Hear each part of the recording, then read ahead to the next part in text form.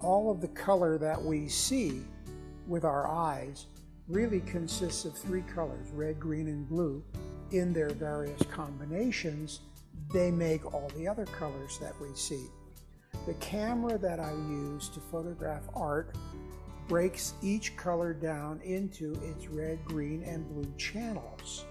These white patches need to have a very, very, very specific brightness value in the green channel. And so when I photograph this, I may photograph it a half a dozen times with varying lighting to achieve the particular value in the green channel that I'm looking for. Once I have that, then I take another final picture of this and I use that same exposure, color, everything to photograph all the pieces of art in that photo session. With a particular piece of software and the picture of the color checker, I put them into the computer and the software will read all 140 patches and determine what they are, what the picture is, versus the absolute values or what they should be.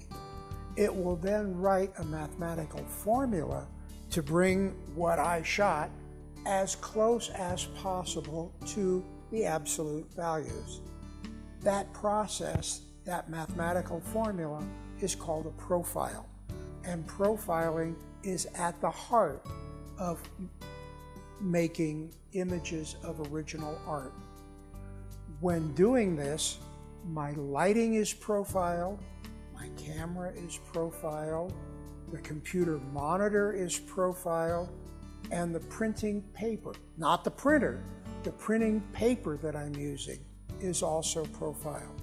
This is a piece of, best word is magic. This is a digital scan back for this camera, and it goes in just like an old-time film holder would go in. What makes this so wonderful is that, first of all, it has resolution that is greater than film. Second, it has a tone response, how it records colors, that is also greater than film. This will produce a raw image, no playing with it, of 550 megapixels. It makes a huge picture.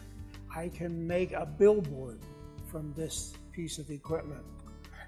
At this point, I'm ready to take my first picture of the color checker, so we're going to do that right now, watching the screen. You'll be able to see in real time as it scans the image. Here we go. Now at this point, I would enlarge this a little bit, and I would take a measurement after I calibrate it.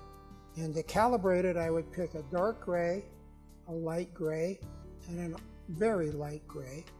And I would come over and I would set it up to balance for the lighting.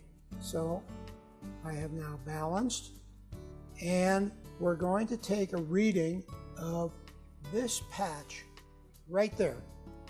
This one right here that is almost white. And we can read over here the value of that patch in the green channel. And my goal is to have 244 or 243 or 242. And right now I have 255, so I know that I am too bright. So I can make changes to the exposure that will bring that value down. After several exposures, this is the final picture of the color checker with the values exactly where I need them to be to make appropriate profiles. Now that I've shot the color checker and I brought it to the master computer and I have made a profile, it's time to see what that profile does to the picture. What you're looking at right now is the color checker, but no profile. And when I put the profile into it, it magically changes.